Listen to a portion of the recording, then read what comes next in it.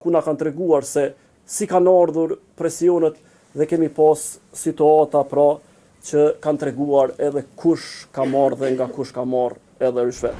Do të ishte e pamundur të ndryshoheshin gjithë këto vota, po të mos kishte kompromis të gjithë komisionerëve atyre që kanë qenë të deleguar nga 4 partitë më të mëdha politike në Republikën e Kosovës. Sepse sistemi është i tillë që komisionerët në një mënyrë janë mekanizëm kontrollues.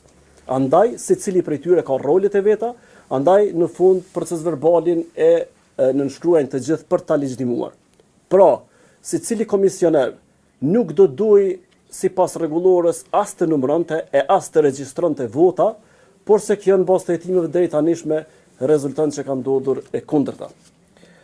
Ky hetim ka qenë i mirë planifikuar edhe me koordinatorën nacionale të zgjedhjeve, me prokurorën e zyrës kryeprokurorit të shtetit me zonin Laura Pula, si dhe me ushtruesin e detyrës së kryeprokurorit të shtetit zotëri Agron Çalaj. Qëllimi ynë, përveç misionit dhe obligimit ligjor, për ta shtrirë lishmërinë në çdo rast ku cënohet ajo, është edhe preventiva gjenerale. Duhet ta dinë nga ky moment dhe nga kjo datë edhe herave tjera që kushdo që guxon të i fut duart në vullnetin e qytetarëve do të ballafaqohet me forcën e ligjit, njëjtë sikurse si janë duke u ballafaquar sot një pjesë e madhe e siç patjetër do të ballafaqohen edhe shumë tjerë sepse nuk mbaron me këtë numër të sotshëm.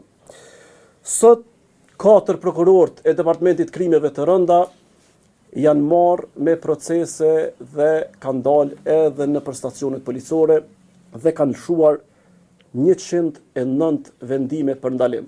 Pra deri në momentin që po flasim, i kemi 109 të ndaluar për vepra penale të falsifikimit të rezultateve zgjedhore, për presion e kanosje e për dhënje e marrje të rishvetit.